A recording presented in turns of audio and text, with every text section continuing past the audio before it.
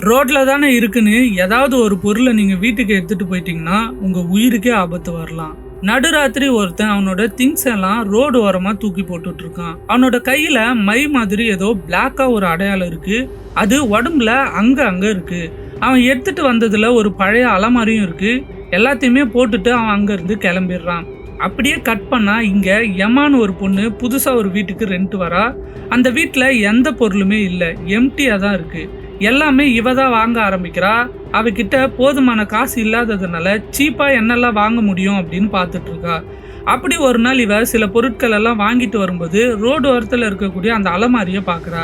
அதுல டேப்லாம் சுத்தி ஒட்டி இருந்தாலுமே ரொம்ப அழகாவும் எந்த டேமேஜும் இல்லாம இருக்கு. அதை பார்த்த உடனே அதை தன்னோட வீட்டுக்கு கொண்டு வந்துடுறா. மேல இருக்க எல்லா டேப்பையும் எடுத்துட்டு உள்ள திறந்து பார்க்கறா. அதுல போதுமான அளவுக்கு தாராளமாவே இடம் இருக்கு. அன்னைக்கு நைட்டு இவ ஹாலில் இருக்கும்போது யாரோ கையை வச்சு டேப் பண்ற மாதிரி இவளுக்கு சத்தம் கேட்குது. என்ன சத்தம் அப்படின்னு இவளும் உத்து கவனிக்க ஆரம்பிக்கிறா. அப்போ அந்த சத்தம் நின்றுடுது. டக்குன்னு யாரோ அவளை நோக்கி ஓடி வர மாதிரி சத்தம் கேட்குது. பயந்து போன இவ சேர்லயே விழுந்து அப்படியே உட்காந்துடுறா. அதுக்கப்புறம் கொஞ்சம் நிதானத்துக்கு வந்துட்டு எல்லாம் நம்ம மன பிரம்மையா தான் இருக்கும் அப்படின்னு நினைச்சுக்கிறா. எழுந்து போய் அலமாரியில அவளோட ட்ரெஸ் எல்லாம் அழகா அடுக்கி வைக்கிறா. நெக்ஸ்ட் டே அவ வெளியே போயிட்டு வீட்டுக்கு வந்து பாக்குறா. அவளுக்கு ஒரு மிகப்பெரிய ஷாக். என்னன்னா அவ நைட்டு அலமாரியில அடுக்கி வச்சிருந்த ட்ரெஸ் எல்லாமே அங்கேயும் இங்குமா யாரோ களைச்சி விட்ட மாதிரி இருக்கு. டக்குன்னு இவளுக்கு கழுத்துல ஏதோ ஃபீல் ஆகுது. என்னன்னு பார்த்தா பிளாக் கலர்ல ஒரு அடையாளம் இருக்கு. இது எப்படி வந்ததுன்னு தெரியலையே அப்படின்னு சொல்லி பெட்ல ஏதாவது இருக்குமா அப்படின்னு செக் பண்ணி பார்த்துட்டு இருக்கா. பெட்ல தேடிட்டு இருக்கும்போதே கையை வச்சு டேப் பண்ற மாதிரி மறுபடியும் இவளுக்கு சத்தம் கேட்குது. ஆனா இப்போ அந்த சத்தம் அந்த அலமாரிக்கு உள்ள கேட்குது. உடனே இவ பெட்டை திருப்பி பக்கத்துல போட்டுட்டு மறுபடியும் அவளோட ட்ரெஸ் எல்லாம் அந்த அலமாரிக்குள்ள அடுக்கி வச்சுட்டு தூங்க ஆரம்பிக்கிறா. அவளுக்கு என்னன்னே தெரியல, தூக்கமே வரல. அலமாரியில ஏதோ சின்ன சத்தம் கேக்குது.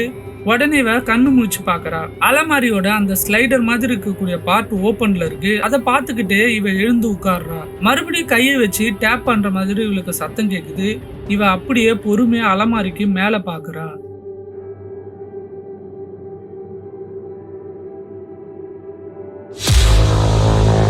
கருப்பா ஒரு உருவம் அலமாரிக்கு மேல உட்கார்ந்துட்டு இருக்கு. அதுதான் அந்த சத்தத்தையும் எழுப்பிட்டு இருக்கு. அவ அப்படியே ஸ்டன் ஆகி உட்கார்ந்துட்டு இருக்கா. டக்குன்னு ரியலைஸ் பண்ணவ வேக வேகமா எழுந்து வெளியே ஓடுறா. பார்த்தா இவ அவுட்டோர் கிட்ட அந்த அலமாரி இவ வெளியே ஓட முடியாத மாதிரி குறுக்க இருக்கு. இவளும் சுத்தி சுத்தி பாக்குறா அந்த உருவம் எங்கன்னு. பார்த்தா அந்த உருவம் வேகமா வருது. அவளால வெளியும் போக முடியல. உடனே அங்க இருக்கக்கூடிய டார்ச்சை எடுத்துட்டு அந்த உருவம் போயிடுச்சா இல்லையா அப்படின்னு செக் பண்ண போறா.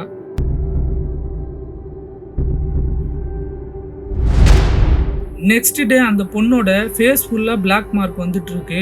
அந்த அலமாரியை எடுத்துட்டு வரும்போது எப்படி இருந்ததோ அதே மாதிரி டேப்பை ஃபுல்லா சுத்தி அந்த அலமாரி எங்க கிடைச்சதோ அங்கேயே இந்த பொண்ணு போட்டுட்டு வந்துடுறா.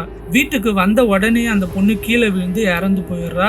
அந்த டேப் பண்ற சத்தம் மட்டும் வீட்டுக்குள்ளேயே கேக்குது. அப்படியே கட் பண்ணா ஃபர்ஸ்ட் ஒருத்தன் அந்த அலமாரியை எடுத்துட்டு வந்து போட்டான்ல, அவனும் கார்லயே செத்து கிடக்குறான்.